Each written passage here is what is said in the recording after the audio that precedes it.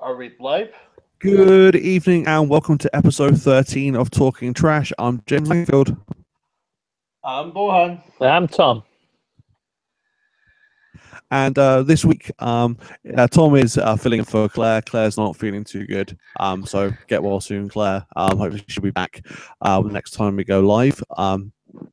Just for the heads up for our listeners out there, we are going to be on a bit of a hiatus as I'm not going to be online for the next few weeks just while I'm moving house. So once I've got all that sorted out and we're back up online again, then Talking Trash will be back, filling your ears full of inane facts and issues between us about top 5 lists. So it'll all be good, but we're going to be offline for a few weeks. But that being said, those 12 people go?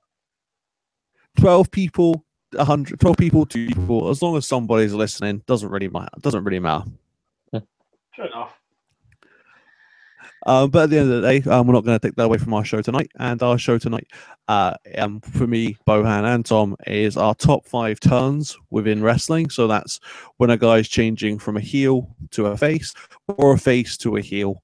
And unless you've been living under a rock and have no idea what a face is or a heel is, it's a good guy to bad guy to good guy, that way around. But we'll see how that goes. We'll start things off with Tom. Tom, what made your number 5 in terms of your top turn? I think that I've got a pretty strong list here, to answer you, James. And my number 5 I'm going with is possibly one of the more well-known modern turns, if not the most impactful modern one. Rollins turning on the Shield. Which one was that again, sorry? Seth Rollins, when he turned on the Shield, when the Architect stepped away from Roman Reigns and Dean Ambrose via the help of a steel chair. Oh no, I can completely spell and made your number 5. It's brilliant piece of booking. Nice way of getting Seth over as a heel. Nobody saw that one coming. It was nicely done, and I think kind of honourable mention there for Triple H and Randy Orton, the way that they hit that promo with that was plan A, but there's always a plan B, and then the camera pans, and then you got Seth stepping back, which is a nice bit of work that was done through the creative entirely there. I think so. It was all really very nicely well put together on telly, wasn't it? And like you said, no one saw it coming with Rollins. Everyone thought it was going to be Roman. We all bought it hook, line, and sinker. And then Seth Rollins turns around and hits it. It was very effective. And you know what? It absolutely launched his career. Did the same for Dean Ambrose as well. Both of them made a lot of money out of it. So I think really good stuff. He seemed such an unassuming guy before getting his ass kicked, before just appearing with a steel chair. It really took something to kick his character into gear. I think that was it. Realistically, without that, you could have never saw Seth Rollins as sort of scary. Realistically, I suppose, just more a kind of mindless goon in the group. No, I did like that, and it kind of, like you said, launched his career where he became the architect of the Shield, and eventually the architect of the Shield's downfall. It was a nice way of bringing that full circle, and now we've got them all back as being faces. It's a nice way of bringing it all out again. So I can totally see where it made your number 5. Bohan, what turn made your number 5? My number 5 is digging back into the realms of wrestling a fair bit. I picked a number 5 that made me very happy. I don't think it necessarily has the same sway for everyone, but I chose Macho versus Hogan because anytime Hogan suffers, I'm happy. Just generally, he's a fucking god-awful human being. I struggle to have any reverence for him. I love Macho so much. Finally seeing Macho go on top, that's just icing on a cake for me. No, I can understand that. I was toying with some of the Macho Man turns to put on my list. WrestleMania 7 one, when he was getting the match with Ultimate Warrior, getting beaten up by Queen Sherry, and then Miss Elizabeth comes down, has that huge face pop. I thought about putting that on my list, but totally understand why Macho Man makes yours. I love Macho Man myself. He was one of the greatest performers in ring. Mm-hmm. I'd agree with that. I think that's the one that I was talking about. But it's just one of those classic moments in wrestling, isn't it? I think that if everyone was to put together a sort of objective list of the top 10, I think Macho Man would definitely make it. I think Macho Man would take up probably about 3-4 spaces. I only allotted him one on this list, though, for that reason. But yeah, it's always going to be Macho over Hogan because it's just it's the ultimate celebration of the guy who had charisma and actually had talent. doing that. It was nice to see that belt actually kind of take on some meaning after years of a spray tanned hot dog. It's just one of those things. No, I can understand that. Going for my number 5 was WrestleMania 17, Stone Cold Steve Austin versus The Rock, and the chair shot heard around the world. The chair shot and the handshake we never saw coming. Stone Cold turning heel and siding with Vince McMahon. In hindsight, turning Stone Cold heel may not have been the best decision, but on the night when nobody expected Stone Cold to side with the man he spent most of his career fighting against, it was a perfect piece of booking in terms of a heel turn. Yes, it didn't pan out, but we're talking about top turns, and for me, that was one of them, and that's why I made my list. The ultimate missed opportunity, though. I mean, like, that happened there, and they started cheering Austin because he was from Texas. It's nuts that they didn't plan that out for a better time. I think the reason it didn't stick was that, but you're right, the actual booking move itself is fucking great. It's one of those things that you see and it just comes completely out of left field. I think that might have been the problem with that audience, though. Yeah, I mean, and also we've got to be fair. He wasn't given very much stuff, and I don't. Austin said it in interviews afterwards. He didn't really want to do it, did he? With someone when Stone Cold starts phoning it in a bit, I think that's when you might have made a bit of a mistake. Definitely. Like I said, wasn't the best idea at the time. Looking back on it, but when they kind of did it, I thought, even me, I put my hands around what the hell happened there. I wasn't expecting that, so that's why it makes my list. Absolutely. But yeah. So we're going into our number 4s now. I'm going to kick things off for the number 4s, and my number 4 was the barbershop segment. Brutus the Barber beat Brutus's barbershop segment. Marked, so yeah, Jannetty, Michaels having that interview, and then Michaels Jannetty throws him through the barbershop window, establishing himself as a heel, and the dissolution of the Rockers. One of the most talked about segments when you talk about tag teams and how he split up a tag team. Unfortunately, Marty Jannetty's career didn't go where we all thought it would, but we hoped it would. He became a kind of a joke, and the running joke, the Jannetty of a tag team who's been Marty Jannetty, that sort of thing happens. But at the time that we were talking about top turns, and that really helped establish Shawn Michaels as a heel, broke up that tag team in a meaningful manner. It was a brilliant segment. I like watching it every once in a while, and that's why I made this. It was just a brilliantly thought out segment. To the split, they had the whole kind of traditional way of splitting up a tag team, miscommunication, arguments, infighting, ultimately leading to Shawn Michaels saying enough's enough. Through the window you go. I'm going on my own. I'm going to be a heel, and that's why it makes my list. In many respects, I'm starting to realize that if you have a wrestling phenomena named after you, it's usually not a good thing, by the way. Like, you're a Marty Jannetty, Brett's rope's the second rope because it's the most dangerous. It's the one he always came off of. Anytime you get your name next to something X-Pac, it's just a bad sign, isn't it? X-Pac. I know, really. Oh, poor lad. Can't believe X-Pac got slagged off. I know. Tom, what turn made your number 4? I've gone with another modern one. It does get a bit more historical as we go, but I think this is one that was very surprising. Very, very surprising. Picture scene. Sami Zayn. Oh, he's finally won. The celebration. The most celebratory music you can get. He's going out there. He's got the belt. Everything's great in NXT. And Kevin Owens, his best mate, there with him. Oh, hang on. What? He's kicked Sami. What? Powerbomb. Oh, against the apron.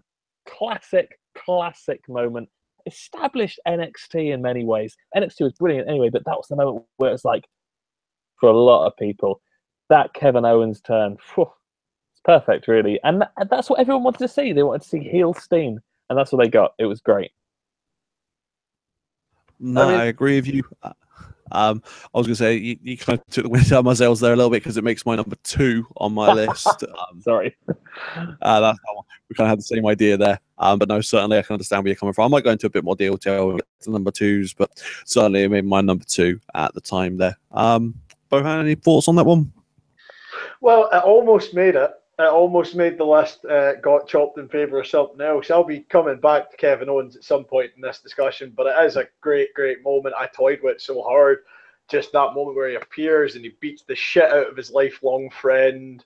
Yeah. Like, it set a tone as a debut. It's, I have no friends. I do not give a fuck. You're all gonna die.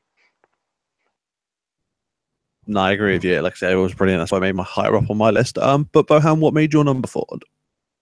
My number 4, the spectre of Stone Cold Steve Austin reappears. It's Austin and Pillman. Didn't think anyone else would pick this, so I thought, why not? I love this turn. It's the WWF one, not the first one, when he breaks Pillman's leg with a fucking chair. The Pillmanizer, as it was then known for quite some time, is something that you just look at and you kind of go, Jesus, that's a bit harsh. I mean, I know you're angry at him, but is this really necessary? Like, it turned him over to the Hart Dynasty, the Hart Foundation, sorry, and like it really sort of put a rocket right up that feud's arse right until the fucking gun segment. Shane Pillman died before they could do anything with that, but it was a great angle. I really enjoyed the whole storyline until it had an unfortunate end. Unfortunately, the last thing Pillman ever did in wrestling, because I've watched Brian Pillman now, not having been old enough to appreciate like how good he was when he was a kid, and I see it WCW work and stuff like that. Pillman was a fantastic talent, but the pair of them had always been dynamite together. It was nice that he got his last involvement with him as well. No, I can understand why that's on your list there. Like I said, you can only look back now and realize how good Pillman was. It was a shame that he's not around anymore, because I think he'd probably have something to give back in terms of his knowledge. It was a very good in-ring performance, so definitely I can understand why you made your list there. And the whole segment, like I said, leading up to the gun segment, there was just some brilliant turn work. So totally I can understand why I made your list. Moving on, we're at our number 3 spots. Bohan, you kick this one off. What made you number 3? We're kind of progressing up the years here as this goes on. I notice Rock versus Mankind, Deadly Games, Survivor Series '97, just set The Rock on my favourite Rock path, which is The Rock insults the audience and tells them they may not sing along with The Rock. Like, that's my favourite. A lot of people like Rock as a face. I always really enjoyed him as a heel. He could pull off the whole arrogant twat thing very, very well, like unbelievably so. He just boils your blood on a very primitive level. That was the start of that, and the things that followed off of it were amazing. And it just made sense to have him pair up with McMahon, because the crowd were just too into him for anything else bar the nuclear option to work. So sometimes if you're going to pull the big card out, you've just got to go all in for it. Having him win the belt like that was a great way of doing it, and it just worked very well. And it set up Mick Foley for being the man that we all idolized as children. Oh no, definitely. Like I said, we all like The Rock. Everyone likes The Rock. And I mean, there are some people who don't like him. People would be, but anyway, he has good moments. A lot of the time, we remember him more for his face work, but like I said, his heel work was pretty good as well. He did a good job there. The whole "you can't sing along with The Rock," his rock concerts every once in a while, I love those. But certainly can understand why that made your list there. He had some fantastic matches with Mankind in this whole segment there. It was brilliant. So I can understand why that made your list as well. Any thoughts on that, Tom? No, I think fair enough. As you say, Mankind, like the thing is, it's sort of a double turn in a way. It's sort of The Rock mostly, but yeah, you gotta say at that point it sort of became everyone wanted to cheer Mankind anyway. That's kind of like the other side of it, isn't it? Where it's like that just fit and clicked with the crowd on the night, and I mean, you get away with a lot in the Attitude Era, but that's perfect. No, I can understand. We'll stay with you, Tom. What turn made your number 3? Well, speaking of Rocky, I think we've got to jump to WrestleMania X8, famously weirdly named. It's one of the iconic Rock matches, Rock Hogan, and the build up to it. Everyone wanted to boo everyone was told to boo Hogan, but they did not want to. You know what I mean? It was meant to be heel Hulk against did not work that way. People just wanted to cheer Hollywood. So the time the match happens, fans going crazy for it. Everyone's cheering, apparently, heel Hogan and booing The Rock, which, by the way, never happened except for, famously during that one Royal Rumble match where he came out with Roman Reigns, but we won't mention that.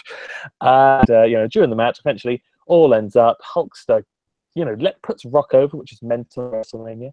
And at the end of the match, Nash and Hall come out, and The Rock, by all accounts, changes the finish, running back down to save the day, and Hulk Hogan gets to bring out Hulkamania,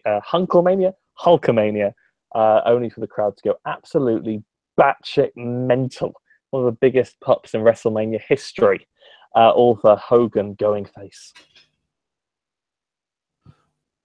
No, I can understand that. Bohan is and will never ever be Hulk Hogan's biggest fan. So he's really not happy that Hulk Hogan's on this list in a positive manner.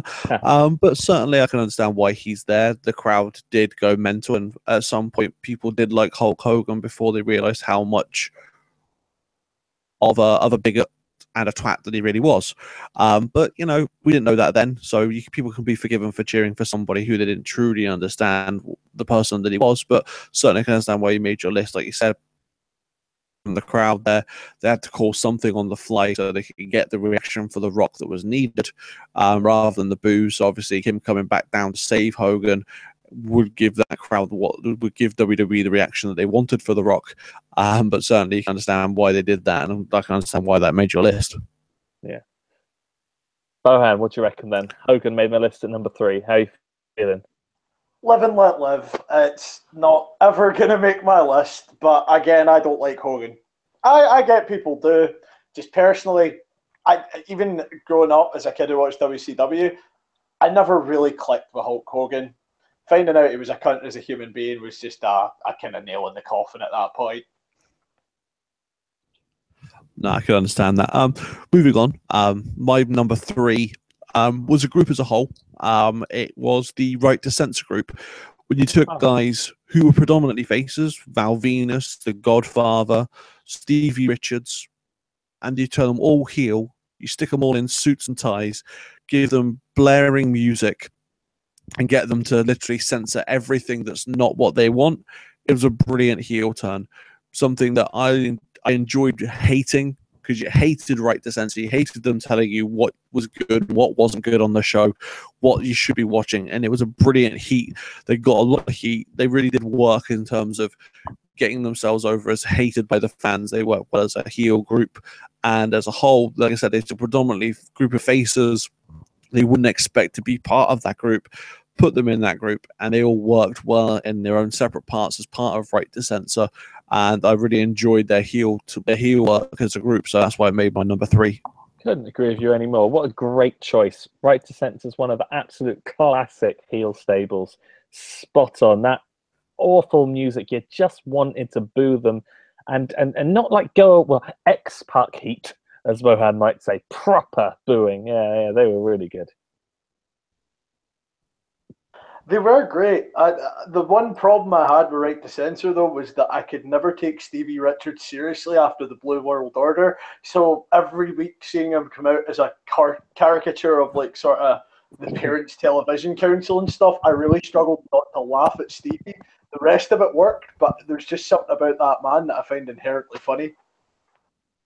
There wasn't it? They were meant to, I was making them be the laughing stock, laugh at Stevie Richards. He was rubbish, and I think in the wrestling video game at Mercy, Stevie Richards was actually the worst wrestler in the game. Oh, poor Stevie. He deserves better than that, at least. Come on. Yeah, fair enough. No, I can understand. But moving on there, we're at our penultimate part of the list. We're at our number 2s. As I mentioned, my number 2 was the Kevin Owens debut and immediate heel turn. So he comes in, massive face reaction, works as a face in his match, legitimately gets his nose busted open due to a missed spot. Goes backstage. Sami Zayn has one of the matches of his career, wins the NXT title. Everyone's celebrating with him. out comes Kevin. You're thinking, yes, his best friend's come to celebrate with him, show his support. Oh no, he's beating the fuck out of him. Oh shit, he's powerbombed him against the ring apron. What the fuck just happened? You wouldn't expect that. We all want to see a heel Kevin Owens. We love a heel Kevin Owens. Right now, he's one of the hottest heels going on SmackDown with his work with Sami Zayn. I don't think he would be at the level that he is right now if he carried on being a face. So certainly I think he's doing some of the best work of his career in the WWE as a heel. So that whole coming as a face, leave as a heel debut was an absolute sublime piece of game. So thanks for Triple H for thinking of that. So that's why I made my list. Yes, I mean it's a great choice. It's why it made my list before. Like you said, I really love the fallout of that as well, where Kevin Owens was like, "I should get the title. I'm next in line." And William Regal, the commissioner of a GM on NXT, was like, "No, that's not how this works. You have to work your way up a ladder." It just started a really good storyline, and of course, obviously, it started a stream of brilliant matches, which is the ideal thing to come out of the term. Bohan, what do you think of that? Like I said earlier, I thought it was great. But while we're on the subject of how great Kevin Owens is, my number 2 is Owens Jericho.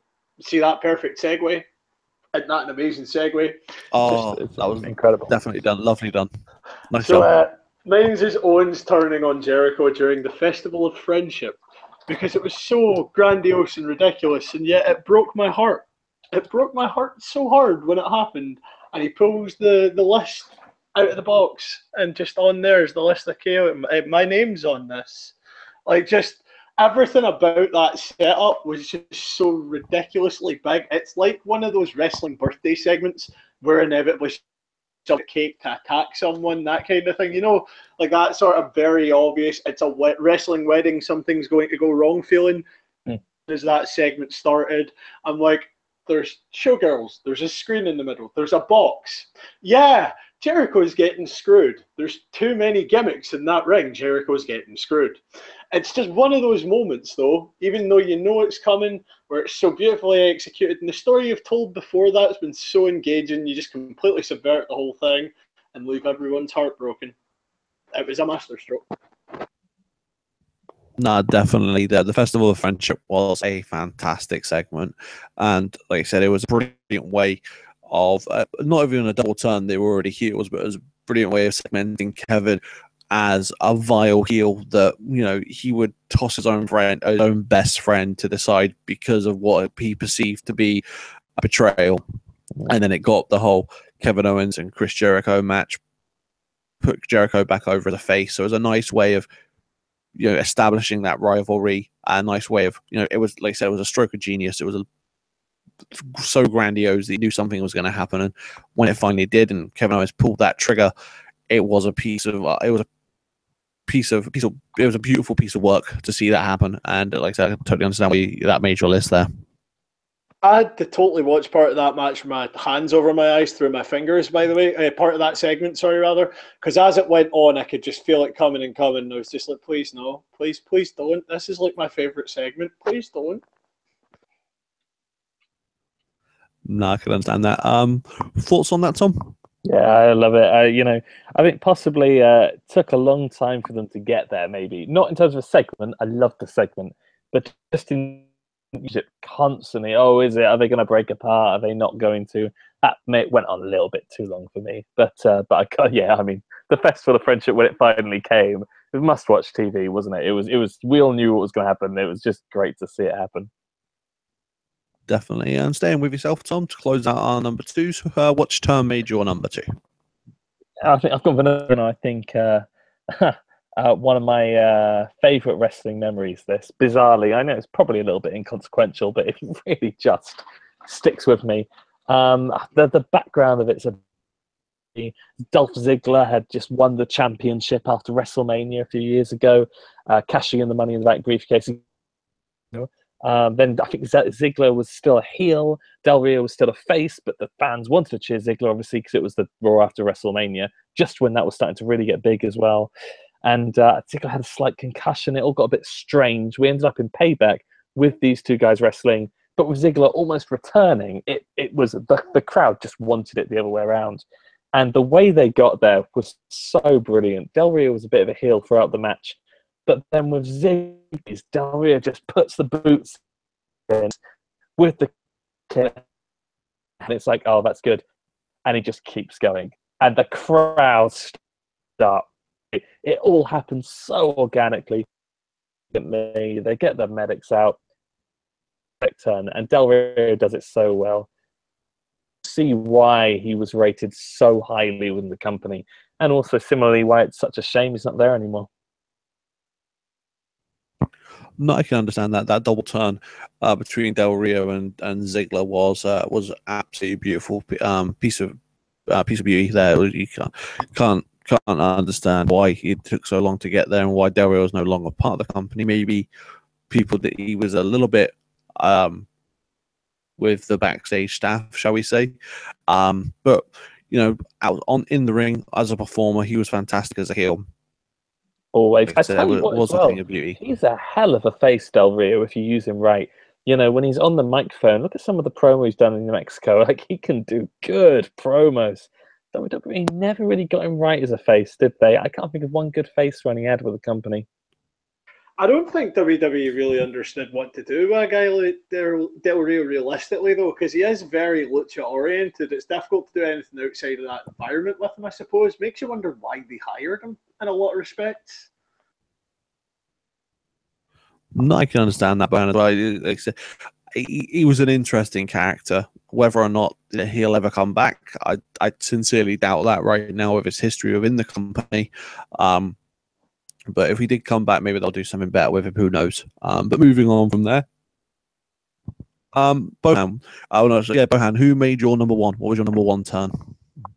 So they've been getting progressively more modern as this list went on, and then swerved right at the end. Owen Hart and Bret Hart. I thought it was just such a.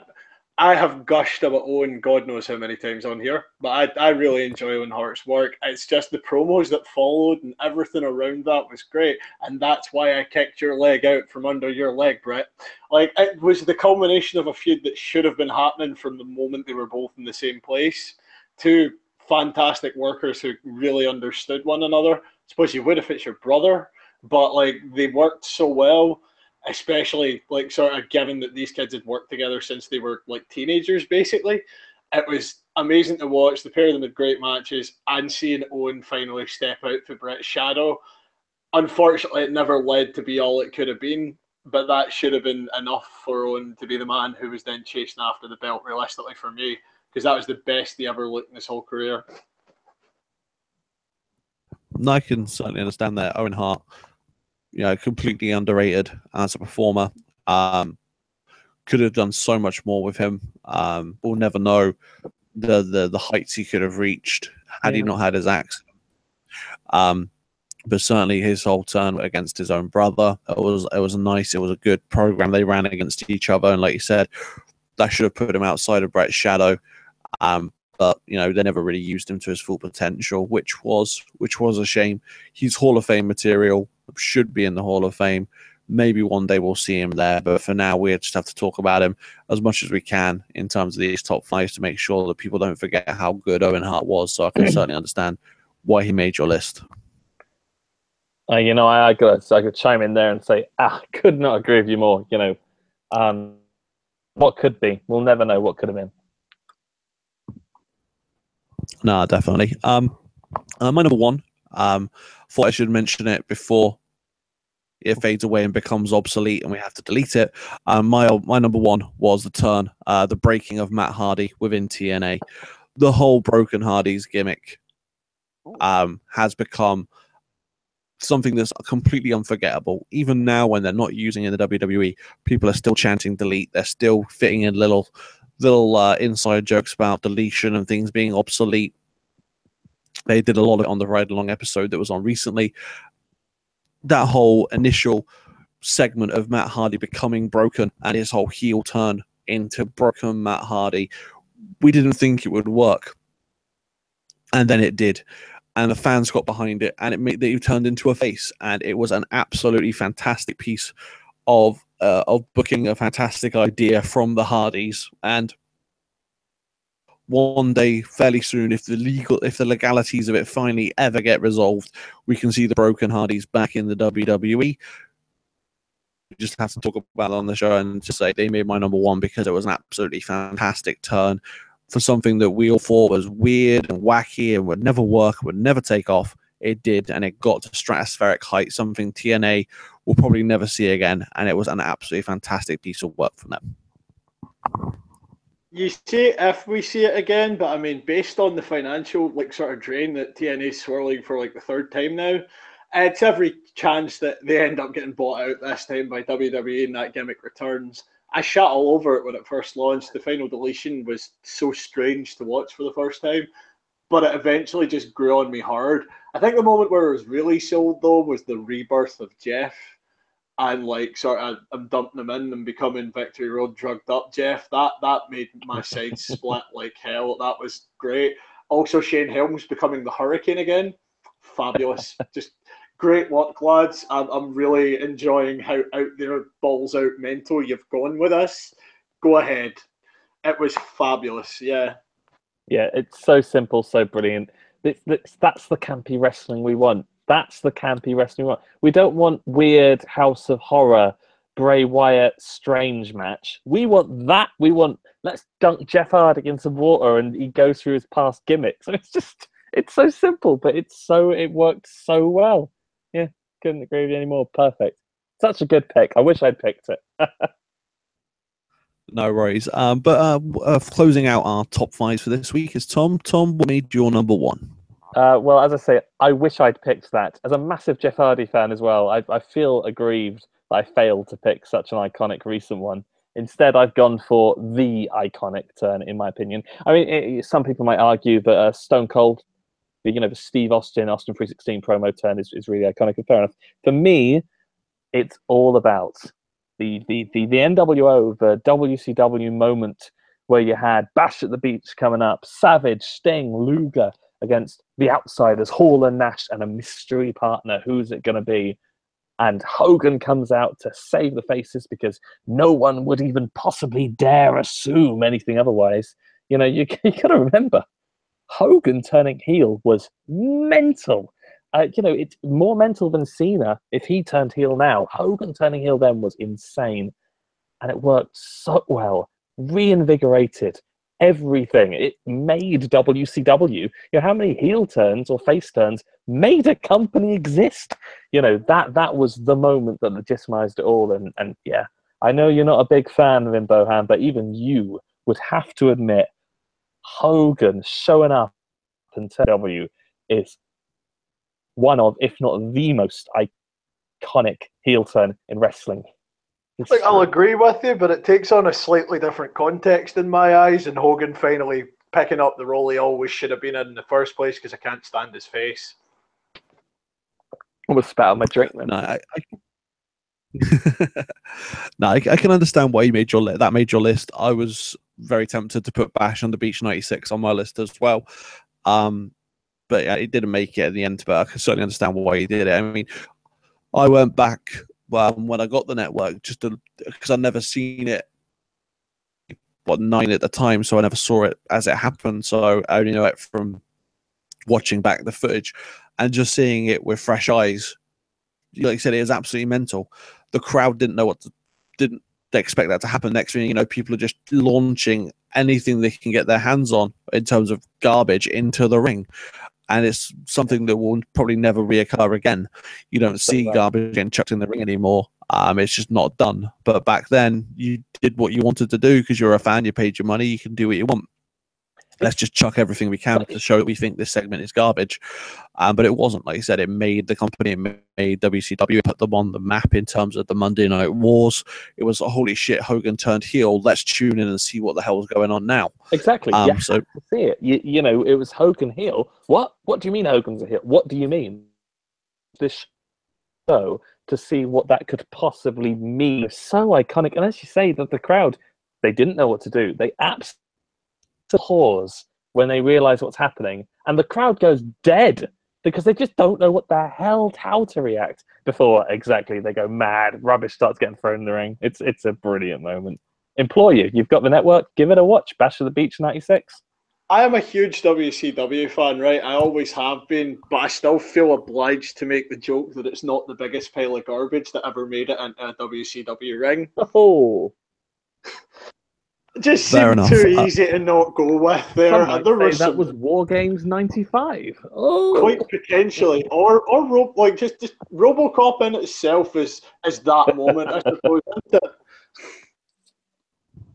Okay, well, while we are on the subject of WCW, we'll segue nicely now we finished our top 5 into talking about an upcoming show. Now, most of the time on Talking Trash, we just usually talk about the main shows, but tonight we're going to talk about an NXT show. I thought it deserved some airtime, given the fact that not this Saturday coming, but next Saturday. No, this Saturday coming, yes, Saturday the 18th of November. We're going to see NXT TakeOver, and the main event is a triple threat match between Undisputed Era of Kyle O'Reilly, Bobby Fish, and Adam Cole, baby, against Sanity and Authors of Pain and Roderick Strong within a match that hasn't been seen ever in the WWE. What hasn't been used in professional wrestling in terms of on TV in over nigh on 20 years, and that is the title of the NXT TakeOver show. It's NXT TakeOver WarGames. Andy, as our resident WCW expert, what is your initial expectations from a triple threat WarGames match? I mean, the thing is, the WarGames formula was frequently changed, and it was like, at least in the later days, it was frequently changed and everything. The fact that they're going to have 2 rings and the cage, they're going to go for it properly. I'm going to be interested to see how they do this, whether they're doing like still an entry system or if they're just going to have a straight cage match with everyone in there. I assume they're going full dusty on this. So, with everything being like sort of as I'm expecting it to be, I think this is going to be a hell of a match, but at the very least, it's going to be a hell of a spectacle to see 2 NXT rings shoved together. Like, it's just such a... That whole show is going to have 2 rings. There's another dimension to that show that you just don't see used anymore. I mean, it's still used in the indies to some extent, but like, it's just lovely to see it back. It's mental for me to think that they're actually going to do this. I imagine they're going to carry it off fine. No, I mean, when I was watching the show when Regal came out and announced the WarGames match, I never watched a WarGames match. I think I'm gonna have to jump onto the network and watch a few, just so I can get myself ready for it. But when he comes out and he says there's only one match that can hold these 3 teams, and the crowd are getting tingly, they're expecting this. They kind of feel that it's going to happen. And when he announces it, and the image changes at the back, it becomes NXT TakeOver WarGames, and the crowd goes absolutely mental. I marked out a bit as well, so I'm really looking forward to this. And we haven't got many matches announced so far. I mean, we've got that match. We've got the 4-way match for the women's belt. Aleister Black versus Velveteen Dream. McIntyre versus Andrade Cien Almas for the NXT title. There's some good matches in there. Hopefully, I don't know if each match is going to use both rings or, utilize both rings. It would be nice to see if they did, but certainly I'm really looking forward to this. It's going to be nice to see. Tom, what's your initial kind of expectations, reactions to this? I think, if it with all the will in the world, if it was on Raw or SmackDown or even in Survivor Series, it wouldn't work. There are good tag teams up there, but they don't know how to make tag team matches work for some reason. Whereas down the next, a tag team match last year was one of the matches of the year, and one of those teams is here. You've got to say all the ingredients are there. It's 2 tag teams at least in San that are hugely talented.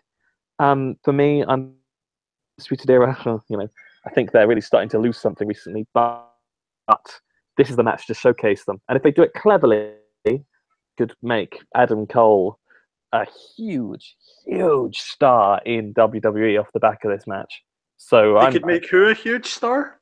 Adam Cole. Who? Bohan doesn't recognize him unless we call him Adam Cole, baby. Oh, I see. Yeah, I was very confused for a moment. I thought I'd gone insane, and I was booking someone else in the match who wasn't in there. I was like, oh my god. I just heard it and it sounded wrong. Yeah, I honestly, Adam Cole right now, only thing is that he is Adam Cole, baby. He seems to be nothing else. They've given him no opportunity on the microphone, really. They've given him no opportunity in the ring, really, to actually show he's very capable of doing. Hopefully, the opportunity to actually properly establish him as a big, big, big star, because he can be. So I'm excited. No, I think it's I can understand that. coming. Like, I think you're definitely right there. It's got to be coming. Like, he was so fucking well used at Ring of Honor in New Japan. You don't think he'd go in there for a bit part, I suppose. I can't distract myself from calling him Adam Cole, baby. It became a real problem when I was listening to the commentary for New Japan and Kevin Kelly was doing it as well. And I'm just kind of like, oh God, this is stuck now. I'm going to just end up keep doing this. It's just Adam Cole, baby. I can't. It follows when I say the name at this point. And let me actually jump off the back of something you just said. Important. When we talk about what makes matches work, one of the big things, going off the Hell in Cell ain't half as good without JR's. And I would have said, I would have to say, games. Poor Ronaldo.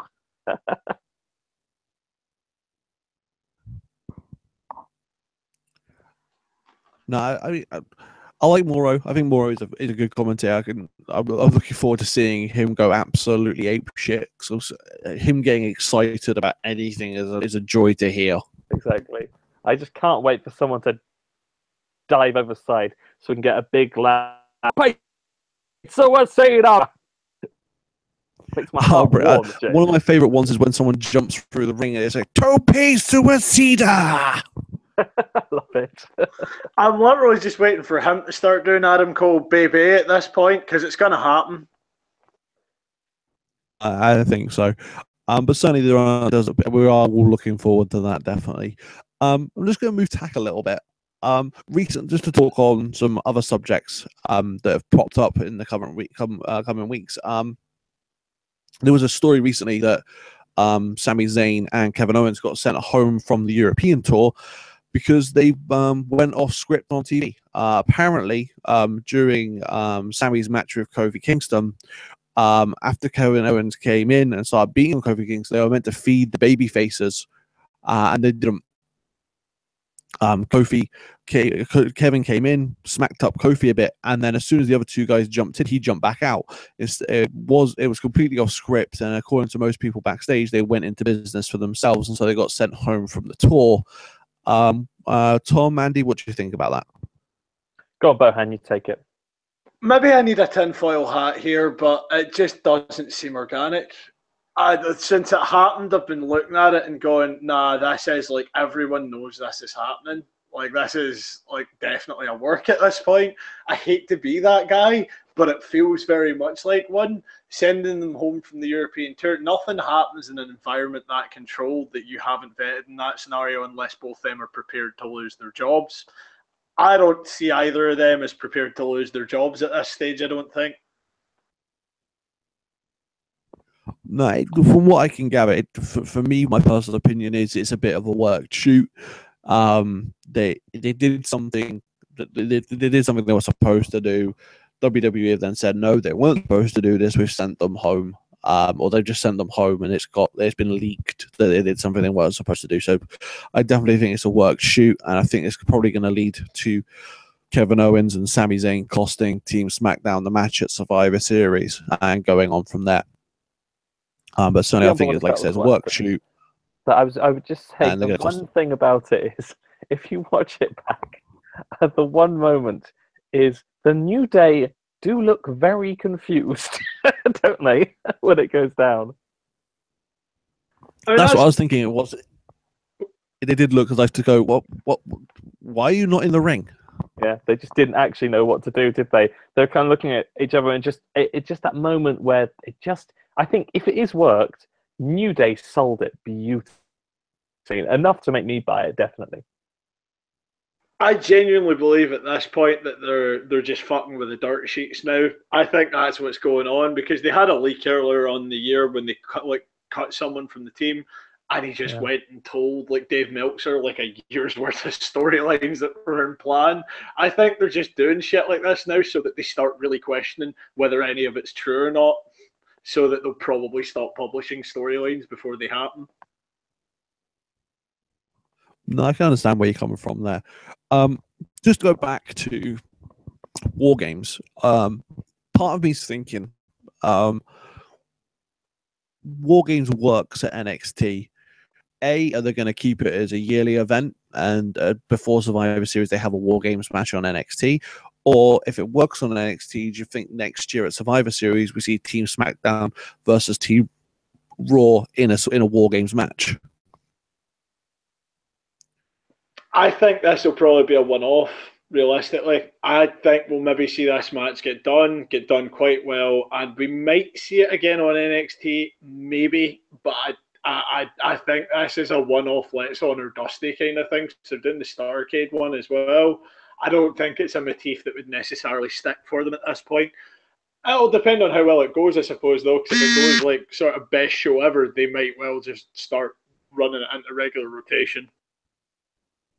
Yeah, I mean, for me, when WarGames really worked in WCW, it was because everyone wanted to see the Four Horsemen get their asses handed to them on a silver platter. They just wanted to see it. You could have done that pretty much anywhere, but by virtue of it being in the WarGames, it just doubled down on it.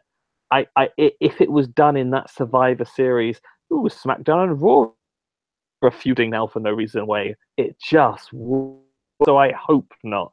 Is my answer to that. Sadly, I hope it's this, and then we see you later. No, I can understand. I mean, certainly that I put it out there just thinking, if that's part of the WWE's booking, they'll do something inexplicable, like book one of the most brutal matches for no explicable reason, with no rhyme or reason to it, like Survivor Series.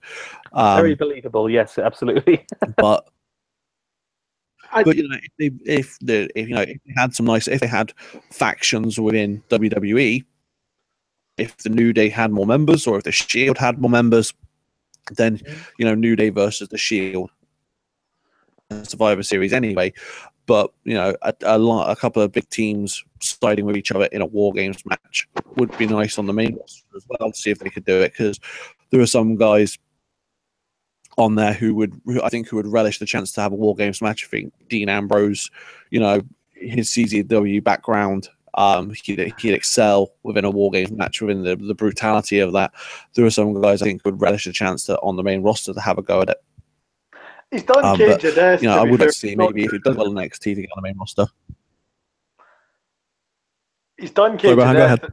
He's done Cage of Death at CZW. It's not too different to what he's sort of quite good at. To be fair, for Dean Ambrose, it would probably be worth seeing him get a chance in it.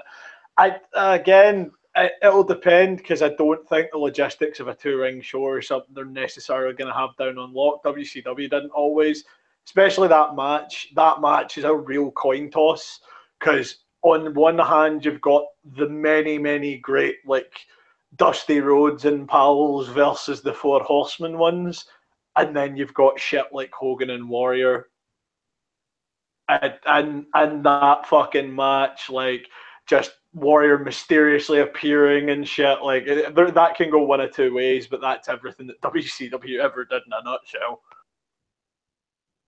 Sure. Part of me is thinking, how long does it take to put up a ring? Does you guys know? It's a good question. I mean, you've got to put it up pretty quickly if you're going to do it, to be able to do this. So I don't know how they're going to do it. I have no idea. Generally speaking, from what I know from indie shows and shit, putting up one of those rings is about 3 or 4 hours. But you've got to imagine a force the size of the WWE can get it done pretty quickly. Because I was thinking, would they have one ring for the majority of the show, then put up the second ring just for the WarGames match? Oh, no chance. If they're doing this as a 2-ring affair, they're both going to have to be set up before that show kicks off, basically. So like generally WCW got around it depending on what they felt like.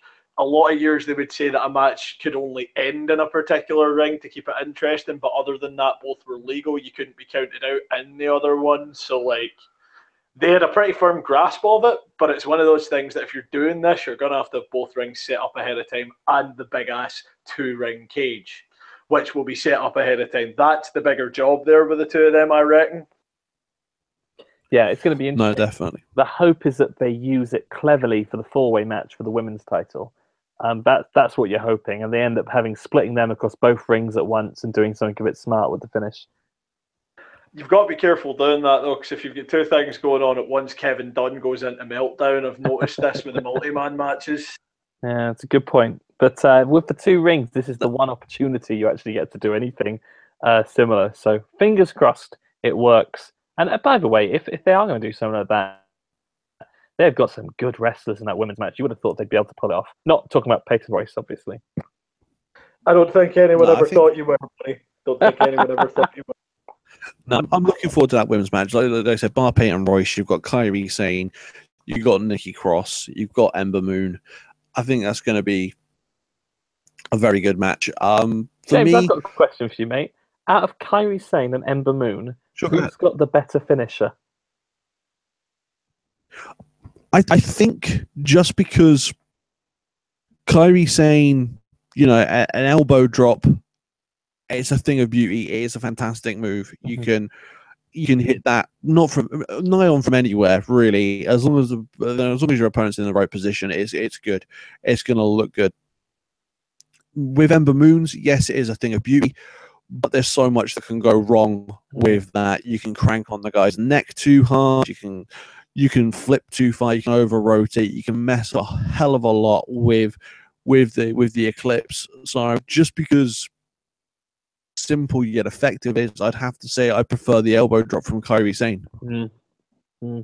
I like my finishing moves busy, like the Meltzer driver. I'm going to go with the Eclipse on this one.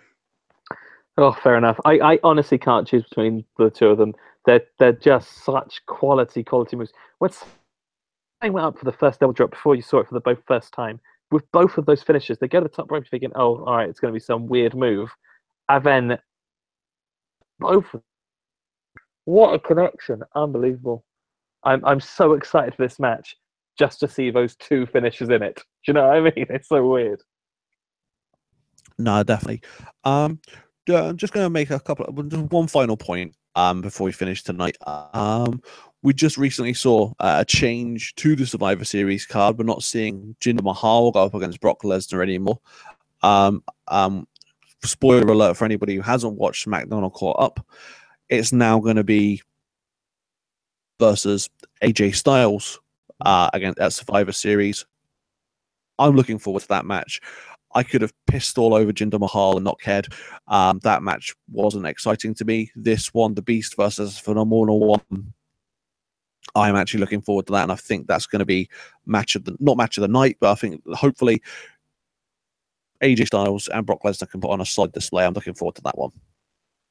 I am really hoping that's David and Goliath, by the way, because my God, that would be if there's anyone I can take doing that to him at this stage, it was him or Nakamura or possibly Fergal. So fire in, lads, on you go. I'm more than happy to see him dethrone the Beast, even if the Beast keeps his belt. It's mad, isn't it? How one tiny thing can suddenly make a match so exciting. Who gave a shit about Mahal Lesnar before? But now, Styles Lesnar? Oh! Precisely. Nobody gave a fuck about Jinder Mahal. Nobody cared that he had the title. We spent the last God knows how many months saying we wanted him with that title no longer, and it's finally happened. And so, obviously, it's not none of those matches are championship matches because we don't want to see, there's no point in that. So it's all just for pride, and hopefully, I'm looking forward to that match with a lot of anticipation. Then, like I said, hopefully David and Goliath, and hopefully AJ Styles can topple the Beast. I don't know right now. I'm hard pressed to say which I prefer. I do watch SmackDown and Raw when I have the chance to. I think that both of the shows have merit. Both of the shows have characters and wrestlers that I enjoy. I'm honestly torn. I couldn't say which of the shows I genuinely prefer. The difficulty is the only difference in them is that one of them is red and has 3 hours, and the other is blue and has 2. Like, honestly, at this point, it's the same product. It feels like the same product the whole way through. I struggle to pick a preference because there's not much of a difference. They both make the same dumbass mistakes. One of them's been putting on better pay-per-views lately, but hey-ho, is what it is. This was, though, like you said, like it was the ultimate way to actually rip that spot away on that card so that you could do something that wasn't going to get booed to shit with it. Well done. You've done this twice now. Illness booked it for you the last time. This time you listened. Hey ho. It's going to be what it is. I reckon it'll be a great match, but I just Survivor Series as a whole for me, looking at this card, I'm not really that bothered about that elimination match because I don't really have a stake. I don't really care who wins. It's going to be nothing in 2 months when we're watching the Royal Rumble anyway. Yeah, it's a pretty mean. They're not doing what they did last year with the tag team one as well, because Jesus Christ, that was a bit much. But honestly, the women's one last year just blew me away with how stupid it was and how they protected nobody. And I think they're going to do the same bollocks this time around. So pretty much not excited for either of them. Not excited for the most of it, to be honest with you. But I'll tell you this, I have no idea who's going to win out of Brock and AJ. Do you know what I mean? Do you know what's the best thing, though? See, at this point in the year, it doesn't matter how shit the last 2 or 3 shows of the year are, because you know Royal Rumble's coming anyway. You're just going to be happy to be the other side of Christmas as a wrestling fan, realistically. It's so nice to be in this bit where we're excited for the Royal Rumble. Do you know what I mean? And we can pretend that someone like Sami Zayn's going to win it, rather than obviously in the months after where we have to deal with the fact that, I don't know, fucking Randy Orton won it again or some shit. I don't know. It'll be interesting to see if they pull that bollocks again. Don't hold your breath. Roman might be back. I'm calling it now. Roman Reigns, Royal Rumble. Guaranteed. Put money on it. A friendly $5 on it. Don't worry about it. I don't want to put that money on it. If Roman Reigns becomes the first man to win a Royal Rumble 3 times in a row, people are going to lose their shit. But there's every chance they're going to fucking do it. They've done it dumbassly more than once now. They don't seem to learn that lesson. Yeah. Why can't we just have someone good win the Rumble? Why can't we just give it to Balor? Get Balor to win the Rumble. That'll do me. Can you imagine? That'd be so good. Oh, they'll never do it because we'd enjoy it. Maybe they'll be smart this year for Mania. Maybe this is the year they finally put their creative demons to rest around this time. I can't even continue saying it like I believe it. It's going to be fucking Roman. It's such bollocks. Maybe Daniel Bryan is paid to wrestle, comes back as number 30 and wins the Rumble. Can you actually imagine what would happen if Daniel Bryan came out as number 30? Yeah, the world would break. He is going to come out as number 30 this year, get dumped out by Roman Reigns last, and we're all going to just cry. That would be so classic. WWE's the kind of company that would manage to bring Eddie Guerrero back from the dead just to put over Roman Reigns. Seriously. I don't think you could get Eddie back from the dead and reanimate him for long enough for him not to say fuck this shit and walk out of the room. At least guys like Eddie Guerrero were smart enough to go, I ain't doing that. Even Austin took his ball and went home at some point. Yeah. But that is true. I mean, to be fair, at the end of the day, I think the Shield reunion, has finally gotten WWE the fans to cheer for Roman Reigns, but only because vicariously he's siding with Dean and Rollins, and we're cheering for them. We're not cheering for you, Roman Reigns. You can fuck off. We're cheering for Dean Ambrose and Seth Rollins. Cheering for the Shield. Him being out kind of helped, at least, though. I mean, him being away, people forgot that there was a Shield reunion. It is what it is. Well, I mean, obviously it got ballsed a little bit by Roman Reigns getting sick. But I don't. The Shield haven't got a match at Survivor Series yet, have they? I like to believe that if that was his hand coming in and saving Ambrose and fucking Rollins' careers, by the way, just going, nope, just going to separate you guys. We're not making this mistake again. No, I think as far as I was aware, when I watched Raw last week, they said that Roman Reigns was due back tomorrow on Raw. So, given that the New Day effectively cost the Shield their tag team championships, more than likely we're going to see a Shield versus New Day match at Survivor Series. And to be fair, if they do that, I'll be up for that one as well. I'd be curious who would win out of those two up against each other. So yeah, Shield New Day, if that happens, and Lesnar AJ. Any other matches on the card you're actually excited for? Well, I'll take Shield New Day so long as Roman takes his customary nap and multi-man matches on the outside for a bit. That'll do. Oh, that'll do. What was it? Speaking of the Shield, this is a complete off topic, but when they had the live tour, or the European tour, Raw was there, and obviously Roman Reigns couldn't make it. He was ill. Triple H filled in and became the third man of the Shield at the Glasgow show. The third man in the Shield is now the drummer from Spinal Tap, by the way. Like, that's what it is. It's wrestling Spinal Tap drummers. Anyone can do it. Just put on a fucking tack vest. We always knew that about Roman Reigns, though. That's funny. No, I know that. Did that, isn't it? Didn't he show up at an ICW show? Yeah, what's he that turned up about? with Pete Dunne just to go, oh, thank you all for supporting these communities and these companies, because these are the reason we have talent. Keep doing this. Thank you. Just kind of turned up and thanked the crowd and stood beside Pete Dunne and went, isn't this boy awesome? That's why I stole him. Like, it was one of those things. It was so bizarre to watch when I saw it. But, like, see, at the same time, there's been rumors that there's some kind of deal going on between those two companies for a while, and it's been fun to watch the conspiracy theorists on Facebook groups go a wee bit mental and try and desperately defend that it's not happening because they can't see, like, this little company that they love so much go somewhere else or be away from them directly, them not have that level of interaction with it. Some of those people on Facebook are crackpots for entertaining. That is true.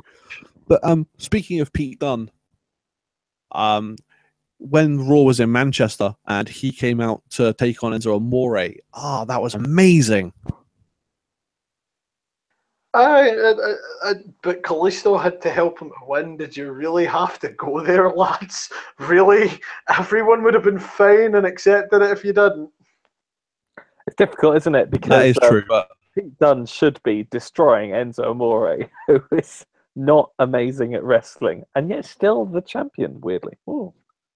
He should be getting in that ring and just murdering him straight up. Like, he should be walking in and being just like, you run your mouth an awful lot, you horrible little leopard-skinned man. Time to die. Oh, yeah, but just Kurt Angle billing it as the cruiserweight versus the bruiserweight. I love that. Lovely, lovely. And, you know, and then I haven't watched the 205 live yet when it was those two up against each other, but I hope we'll see more of that as well. Because it was the 205 live crew invited the UK Championship team. So I'm going to have to watch that 205 and see what goes down there. Show must be about here, though. They did say it would be in the new year, so, I mean, it looks like they're getting the gears in place for that finally happening now. Definitely. But I think we've covered a lot of ground tonight. We've done our top 5. We've spoken about a lot of topics. I think now is probably as good a time as any to close out the show. So it's a good night from me. That's why I kicked your leg out from under your leg from me. And Tope Suicida Mamma Mia from me. Thanks for listening to Talking Trash. I'm James Langfield and Bohan and Tom. Good night. Night.